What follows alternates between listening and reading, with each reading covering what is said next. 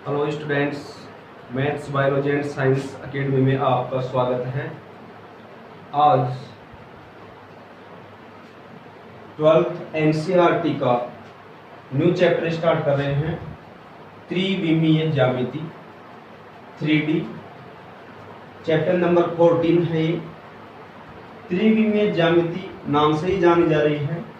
त्रि मतलब तीन, विमीय तीन विमाओं में है, मतलब 3 डायमेंशन है। 3 डायमेंशन का मतलब 3 अक्षों पर है, एक्स अक्ष, वाई अक्ष और जेड अक्ष। इसमें जो भी ज्यामिति होगी वो त्रिविमीय होगी, एक्स अक्ष, वाई अक्ष और जेड अक्ष में। इस टॉपिक में हम अपने 12th क्लास के सिलेबस के अकॉर्डिंग पहला टॉपिक पढ़ेंगे दिक्कोज्या, दिक्कोज्या, दिक्कोज्याएं, दिक् अनुपात, दिक् अनुपात। दूसरा टॉपिक हम पढ़ेंगे रेखाओं के समीकरण। 2 रूपों में पढ़ेंगे, सदिश रूप और कार्तीय रूप। तीसरा टॉपिक हम पढ़ेंगे तलों के समीकरण। ये भी हम सदिश रूप में भी और कार्तीय रूप में। इसके बाद में 4th टॉपिक हम पढ़ेंगे 2 रेखाओं के मध्य कोण ज्ञात करना और 2 समतलों के मध्य कोण ज्ञात करना, एक रेखा और एक समतल के मध्य कोण ज्ञात करना। तो आज हम दिक्कोज्या पढ़ेंगे कि कोई भी रेखा है हमारे पास में, उस रेखा की दिक्कोज्या कैसे ज्ञात करते हैं। सदिश रूप में कोई रेखा होती है, उसकी दिक्कोज्या कैसे ज्ञात करते हैं, उसके दिक् अनुपात कैसे ज्ञात करते हैं। दिक्कोज्या ज्ञात करना, दिक् अनुपात ज्ञात करना, इनमें आपस में कोई रिलेशन है वो ज्ञात करना। तो पहला टॉपिक आज हम स्टार्ट करते हैं। तो हम बात कर रहे हैं त्रिविमीय ज्यामिति की। त्रिविमीय का मतलब है 3 अक्ष बनाएंगे, एक्स अक्ष, वाई अक्ष और जेड अक्ष। तीसरा अक्ष हमारे पास एक्स अक्ष, वाई अक्ष आपस में 90 डिग्री पर होते हैं और जेड अक्ष भी 90 डिग्री पर होगा। तो तीसरा अक्ष हम बना नहीं सकते हैं ऐसे, इसलिए प्लेन में इसको इस प्रकार से इधर जेड अक्ष से रिप्रेजेंट करते हैं। इसका मतलब ये है कि एक्स अक्ष, वाई अक्ष आपस में 90 डिग्री पर है और जेड अक्ष भी 90 डिग्री पर ही है। इस प्रकार से है, लेकिन उसको हम इस प्रकार से बनाते हैं प्लेन में। तो ये हमारे पास में एक्स अक्ष, वाई अक्ष और जेड अक्ष है। ये हमारे पास मूल बिंदु O है 0,0। ये 3 अक्ष हो गई, इसे बोलते हैं त्रिविमीय। 3 विमाएं हैं, एक्स अक्ष, वाई अक्ष और जेड अक्ष। त्रिविमीय मतलब 3 विमाएं, एक्स अक्ष, वाई अक्ष और जेड अक्ष। 3 डायमेंशनल ये जो सिस्टम है, ये 3 डायमेंशनल सिस्टम है। त्रिकार्तीय 3 विमीय सिस्टम है हमारे पास में। अब इसमें हम लेते हैं एक रेखा की दिक्कोज्या ज्ञात करें, रेखा के दिक् अनुपात ज्ञात करें। अब हम एक रेखा लेंगे, उस रेखा का दिक्कोज्या ज्ञात करेंगे। उसको ज्ञात करने के लिए हमारे को क्या क्या करना पड़ता है अच्छी तरह से समझिए। एक रेखा लेते हैं, जैसे यहाँ एक बिंदु P लेते हैं, जो एक्स अक्ष पर उसकी लंबाई स्थिति क्या है, एक्स अक्ष पर यहाँ से यहाँ तक उसकी स्थिति क्या है, एक्स है, स्मॉल एक्स। वाई अक्ष पर यहाँ से यहाँ तक उसकी स्थिति क्या है, स्मॉल वाई। और जेड अक्ष पर क्या है उसकी स्थिति यहाँ तक, ये इधर होता है इस प्रकार से, तो उसकी स्थिति देखते, लेकिन प्लेन में ऐसे बनाना, तो ये हमारे को कल्पना करनी पड़ती है, वो होता है स्मॉल जेड। तो ये बिंदु P है, ये OP बिंदु इस प्रकार से, ये OP जो बिंदु है ये इस प्रकार से। तो ये रेखा आ गई। अब एक रेखा है OP रेखा, जिसका सदिश रूप में इसको R सदिश बोलते हैं। ये आर सदिश है, ओपी रेखा है। तो हम पढ़ रहे थे त्रिविमीय X X Y X Z X त्रिविमीय है, इसमें कोई रेखा ओपी है, ओपी ये रेखा बन गई।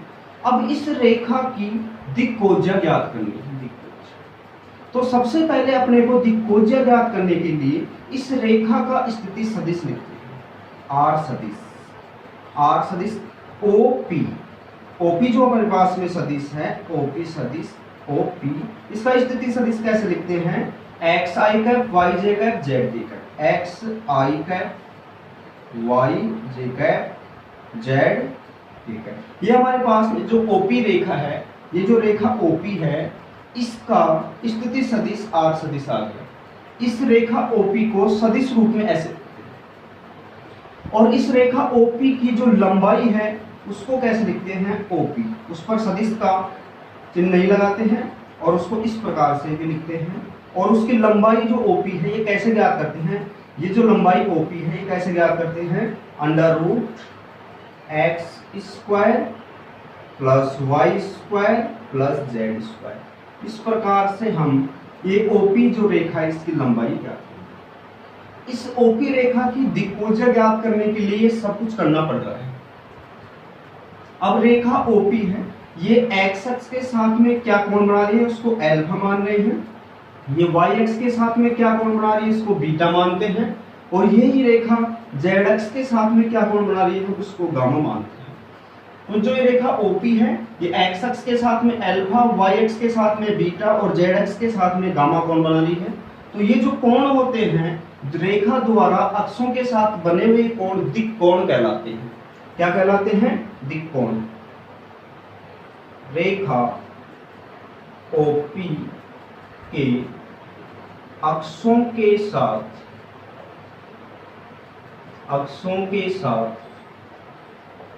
बने कोण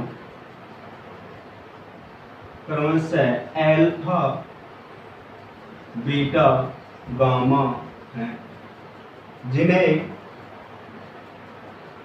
दिक् कोण कहते हैं, दिक् कोण कहते हैं। ये हमारे पास इंपॉर्टेंट लाइन है, इंपॉर्टेंट पॉइंट है कि दिक् कोण किसे कहते हैं। तो कोई भी रेखा है वो एक्स एक्स वाई एक्स और जेड एक्स के साथ में जो कोण बनाती है उन्हें दिक् कोण कहते हैं, अल्फा बीटा गामा। अब हमें तो दिक्कोज्या पढ़नी थी, दिक् कोण क्यों पढ़े, क्योंकि दिक्कोज्या के लिए पहले दिक् कोणों का ज्ञात होना जरूरी है कि ये जो रेखा है ओपी इसकी दिक्कोज्या ज्ञात करेंगे तो पहले दिक् कोण ज्ञात करेंगे।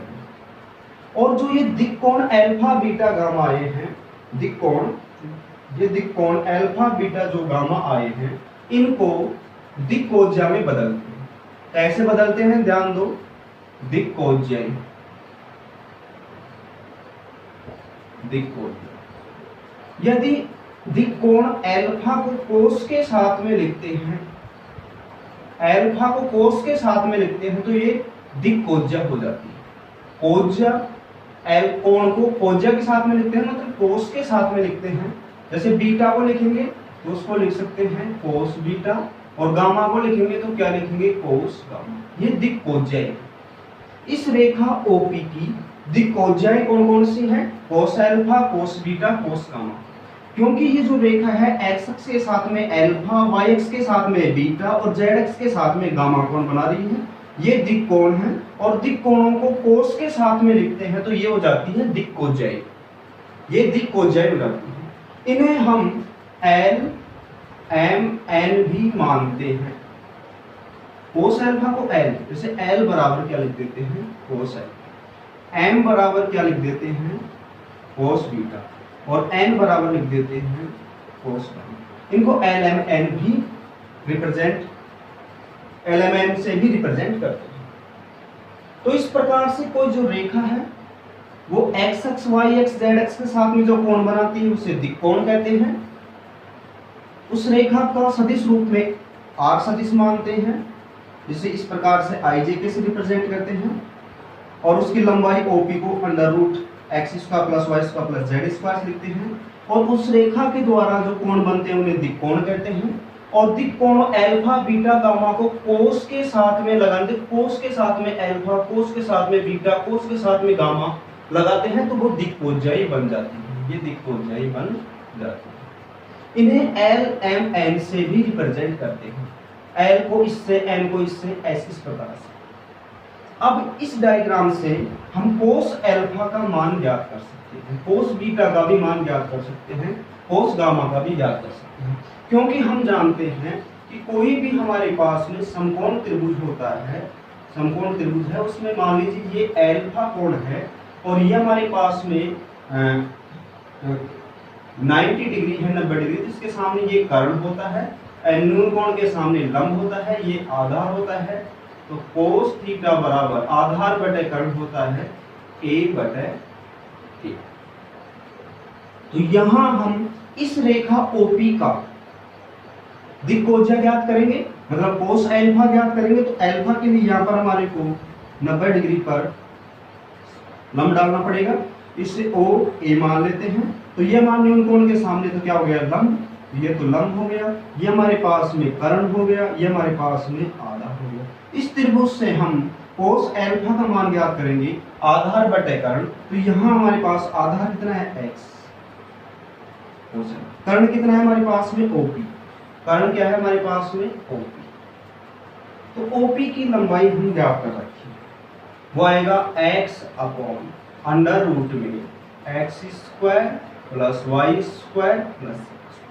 इसी प्रकार हम इस रेखा से y अक्ष पर लंब डालेंगे तो उसमें y और बटे में क्या आएगा, आधार ये होगा और ये कर्ण हो जाएगा, तो y बटे OP आएगा। इसमें क्या आएगा हमारे पास में z, यहाँ क्या आ जाएगा हमारे पास z बटे OP आएगा, क्योंकि जो ये हमारे पास में z अक्ष है, ये इस प्रकार से तो प्लेन में बनाते वैसे होती इस प्रकार से है, ये ऐसे, तो इससे यहाँ लंब डालेंगे और ये हमारे पास में z आएगा, ये हमारे पास में क्या आएगा, कर्ण आएगा, तो आधार बटे कर्ण ही आएगा।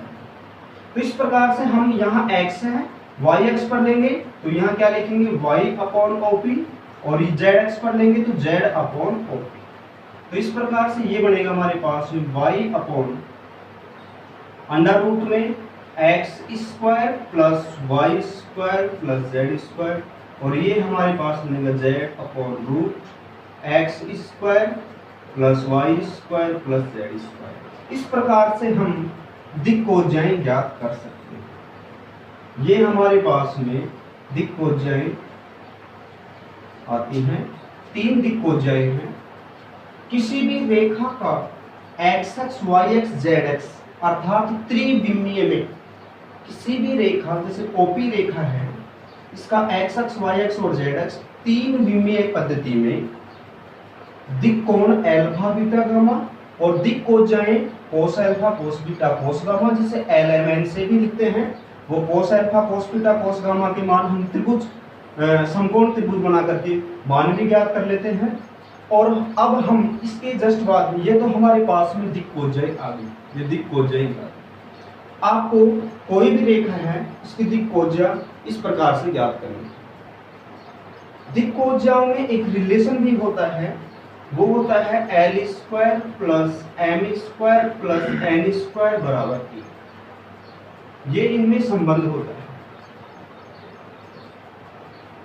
दिक्कोज्याओं के वर्गों का योग 1 होता है, क्यों, ध्यान दो, L का स्क्वायर मतलब इसका स्क्वायर करेंगे, M का स्क्वायर मतलब इसका स्क्वायर करेंगे, और N का स्क्वायर मतलब इस N का स्क्वायर करेंगे। इसका स्क्वायर करेंगे तो x स्क्वायर बटे में आ जाएगा, इसका करेंगे तो y स्क्वायर, ये z स्क्वायर, ये तीनों को जोड़ेंगे तो ऊपर भी x square plus y square plus z square बटे में भी x square plus y square z square, square से रूट कट जाएगा, उसकी वैल्यू कटकर 1 आ जाएगी। ये नेक्स्ट वीडियो में हम प्रूफ करेंगे, ये प्रूफ करेंगे कि L square plus M square plus N square की वैल्यू 1 ऐसे होती है। इन्हीं का वर्ग करके जोड़ेंगे, L का स्क्वायर, M का और N का स्क्वायर, तो इनका वर्ग करके जोड़ देंगे तो हमारे पास कैंसिल होकर के 1 आ जाएगा। इस प्रकार से हम किसी भी रेखा की दिक्कोज्या ज्ञात कर सकते हैं।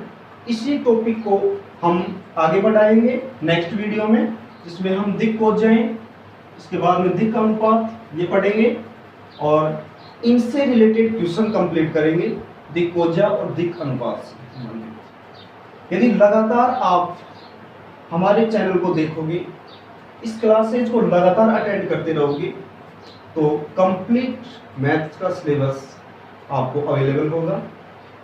इसलिए चैनल को सब्सक्राइब कर लें। Thank you.